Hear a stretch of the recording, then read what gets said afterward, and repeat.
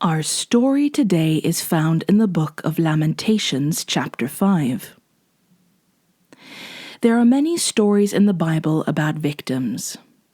Stories of people who were blamed for things that wasn't their fault, people who lost all they had, people who were oppressed by cruel rulers, who found no justice in the court of law, who were betrayed by their own family, even people who appear to be suffering for no apparent reason except the random chaos in the world.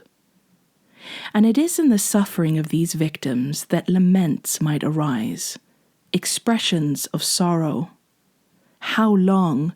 Why, Lord, they ask, when will you defend me? Such calls might deeply resonate with the voice in our own hearts today. Similarly, the name of the book of Lamentations in Hebrew is Echa. Echa means how. One of the common responses human beings have to suffering is to ask questions. Why? How? And the book of Lamentations is indeed titled in the form of a question. Now, many of us may be familiar with the book of Lamentations, but just to make sure we're on the same page, here's a bit of context. The author of Lamentations is a prophet called Jeremiah, or in Hebrew, Yirmeyahu. Jeremiah was only a teenager when he was first called by God. He was the son of a priest and became known over the years in the kingdom of Judah as the weeping prophet. His calling in general consisted of warning God's people about the coming destruction of Jerusalem and their exile to the land of Babylon. And he shared this same message for 40 years. For 40 years, Jeremiah talked about the king of Babylon and his armies destroying the capital city and taking many of its people captive to Babylon. And nearly everyone laughed and mocked him, because at the time Jeremiah began sharing this message from God, Egypt was still the superpower in the world, not Babylon. It was like a prophet today insisting that Czechoslovakia is going to conquer the whole world next year. As a youth, God asked Jeremiah to first walk through the whole country of Judah. He said, Go to the towns, the villages, look at how my people are living. See what they're doing to each other. Discover for yourself what the problem is and why I need to stop it. Why things can't go on as they are. So the teenager walks through the country, and he sees for himself how his own people are sacrificing their infants to the pagan god Molech, making other Israelite slaves without chance of release, oppressing the poor, mistreating women, and ignoring the weakest in society, starving and vulnerable widows and orphans, foreigners and those financially vulnerable. It is a country corrupt to the core. And as we, as readers, discover more and more of the context of the exile, we can begin to see, as Jeremiah did, that this story isn't going to be like those other stories about innocent victims.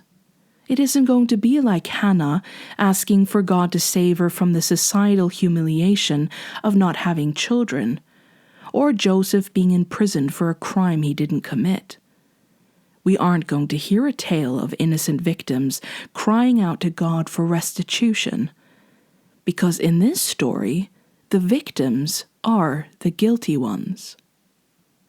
Now, how do you navigate a story like that, where the sufferers are the villains? Well, the story carries on. After teenage Jeremiah had walked for months and seen the truth around him, he begins speaking to the people, to the Judean nobility, to the king, and so on.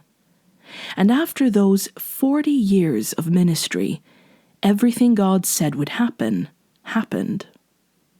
A warlord prince called Nebuchadnezzar, which no one had heard of, swept across the land, conquering city after city, country after country. The Egyptian army was finally beaten by Babylon's, and then, in 587 BC, Jerusalem too was taken. The book of Lamentations was written following this fall and exile of Judah, in which Jeremiah, as a witness, stands in the ruins of the city of Jerusalem, and he takes stock of what's happened. He expresses the feelings which come from loss. In chapter 5, verse 7, the prophet expresses that God has dealt justly with his people, who had become worse, more violent, more oppressive, and corrupt than all the neighboring nations around them. They who were meant to be an example of what God's love and justice looks like when it plays out in a human community. But things had gotten so bad in Judah that a foreign conquering ruler is used as a tool to help, as a relieving interruption for those suffering within Judah's own borders. As we said, this story is a strange story indeed, a lament about guilty victims. And as readers, we can't help but wonder, after all that's been lost and broken and torn down, how is there any hope to be found? And Jeremiah too looks around him and in his lament asks the title of this book, How? How did this happen? How could this come to be? Well, to answer the question, we're going to explore the final chapter of Lamentations, the 5th chapter of the book. Lamentations is in essence made up of 5 poems of lament, and the 5th poem or chapter is like a summary of the previous chapters. In it, the prophet is poetically telling us what Judah has lost. Let us begin reading in Lamentations chapter 5 from verse 15 to 18. Jeremiah says, "Joy has vanished from our hearts. Our dancing has turned into mourning. The crown has fallen from our heads. Woe to us, for we have sinned. This is why our hearts are sick. This is why our eyes grow dim. It's because of Mount Zion, so wasted that jackals have overrun it." In Lamentations, Jeremiah describes the psychological and emotional condition of the Jewish people, and he mentions 3 great losses they have suffered. Let's go through them now one at a time. The first loss is the loss of joy. In verse 15, Jeremiah says Israel has lost its joy. But this is to be understood as more than a loss of a happy mood. Losing joy also insinuated losing praise, and the hope that drives that celebration. Some Christians today may use the phrase, "praise God through the storm," and in saying this, they insinuate that praising God can turn around a difficult situation, and sometimes that the joy which leads to praise ought to be enacted even in difficult times. But here, the people's joy is described as being gone, and their dance is described as having turned into mourning. They didn't have anything to praise about. A bitter sorrow has robbed them of their joy. That meant there would be no more singing of David's psalms in the temple, or playing of the harp or the tambourine in the royal courts. The praise team wouldn't be practicing for worships on Friday nights. So the first loss is the loss of joy. The second loss described by the author is the loss of crown. In verse 16, when Jeremiah talks about this loss, he refers to it as the crown fallen from our heads. Now, since the time God had made David king, there had been a bloodline of kings in Judah. But now Babylon has removed Israel's monarchy. They don't have a king anymore, nor autonomy of power. Even their noblemen, which Daniel, his family, and friends were members of, had been taken away to Babylon. In other words, Israel no longer has official rulers. No structure or power or authority to look to for guidance or leadership during these tumultuous times. And since Jeremiah describes crowns and heads as our and in plural, it seems as though not only is the physical royal throne in Judah empty, but each individual's crown and glory has been lost. And the third loss is the loss of Mount Zion. Mount Zion was the name of the hill Jerusalem lay on. It was sometimes used as an alternative name for the capital city of Judah. Now everything on that hill had been burned to a crisp. But was Jeremiah talking about a few buildings being destroyed, or the destruction of a mere landmark? No, this wasn't like the Eiffel Tower burning down or a pyramid collapsing. Jeremiah is referring to Judah losing its temple. The temple in Jerusalem had been burned down and destroyed completely by the Babylonians.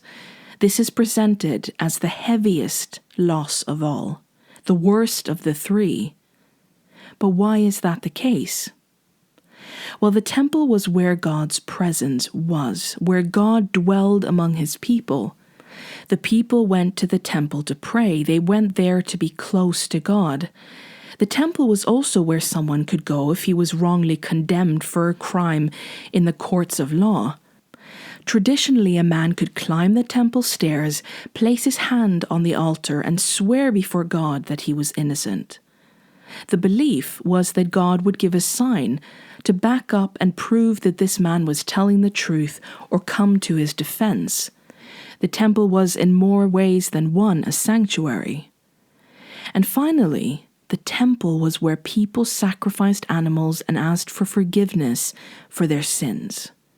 It was their connection to salvation. The temple was where the priesthood functioned, where they brought people's burdens to God. And now, that temple had been destroyed. So Lamentations chapter 5 unfolds a story of victims, guilty victims. But not only that, the story is about guilty people who have had their path back to forgiveness, back to reconnection with God, utterly destroyed. Imagine this from the people's point of view. They had done wrong, they had sinned, and now the bridge back to God had been seemingly burned to ashes. How can the people return to God if their connection to forgiveness is severed? But yet what's happening here in Lamentations 5? Why is Jeremiah, amidst the ruins of Jerusalem, still praying? What could he possibly have to say to God? What could he ask for? Why is he directing his mourning to God? Why is he addressing Adonai in these verses? If the prophet and his people had lost all joy, dignity, pride, power, autonomy, belongings, and seemingly also their access to forgiveness and to God's presence, why is Jeremiah praying to God for help? Well, let's have a look at what Jeremiah actually prayed. Lamentations 5:19-21. You, Lord, reign forever. Your throne endures through all generations. Why do you never remember us? Why abandon us for so long a time? Adonai, turn us back to you, and we will come back. Renew our days as they were in the past. Here, the first thing Jeremiah does is to praise God. The second thing is to call God King.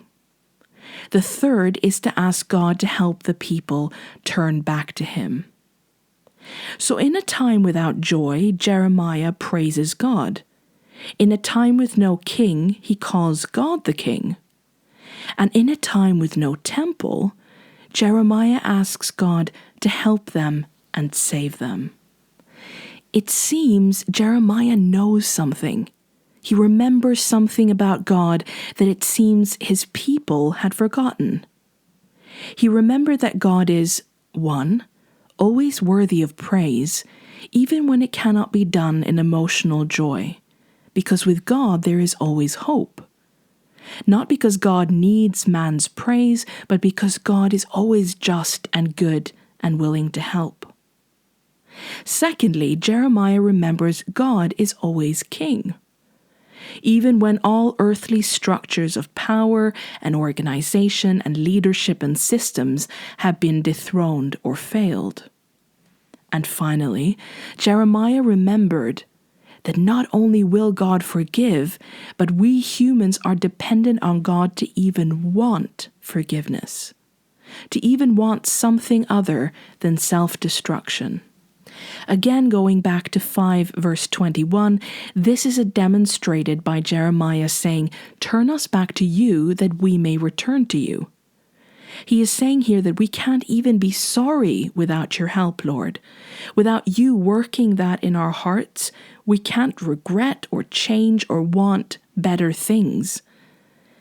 And so, in a story of guilty victims, it is always God who makes the first move. It is Him who takes the initiative, who first reaches out to us, so we can then reach out to Him if we want to.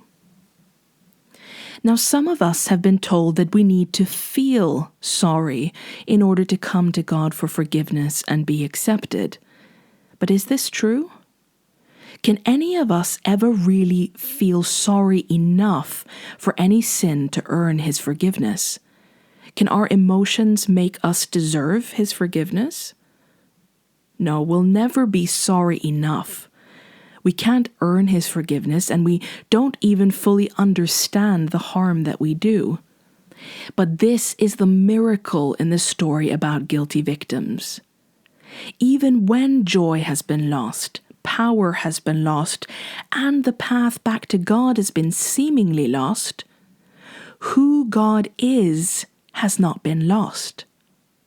Who He is cannot be lost. He remains who He is. And this is the secret, the key to why Jeremiah is still standing there praying to God. That's why he asks God for help. Because Jeremiah believes God is who He is. Even in a time without celebration, joy, singing, or dancing, He is the hope that gives us reason to still have joy. Even in a time without leadership, glory, or freedom, He is and remains the King. And even if the temple itself burns down and we've cut ourselves off from all help, He is still there willing to help. He is the path to forgiveness. When the people do not keep the covenant, God keeps the covenant. When they fail to be good in the world, He doesn't stop being good. This is what is so astounding about the story of the exile. Because it's hard to be innocent and persecuted. It's hard to be treated badly and to suffer when it's not your fault. It's actually easier to be an innocent victim than a guilty one. Because if you're suffering and it's your fault, where do you go? Who else can you blame? What hope do you have, and what case can you build? But the story of the exile shows that even people who are so guilty that they have the blood of their own children on their hands cannot change who God is, cannot wipe away His kindness, His justice, or erase His patience. They cannot delete His outreached helping hand. Nothing we can do, nothing we can say can change who God is. In a changing, violent, stormy world, a seamlessly hopeless situation, He is the one who will remain faithful to a relationship, to His promises. He is the one who persistently offers healing and new beginnings and better things, and He is the one who will never turn away someone who comes to Him. This is the hope in the book of Lamentations. In the face of exile and loss, of being uprooted and not seeing a clear or bright future, that even if you are guilty, God is the right place to go with that guilt, and He is the right place to turn that mourning towards. Because amid everything that you and I can lose in this world, we cannot lose who God is. He is our joy, our King, and our help. And when we call on Him, even if it is in the form of the confusion, frustration, and sorrow that makes up a lamentation, it will never be in vain.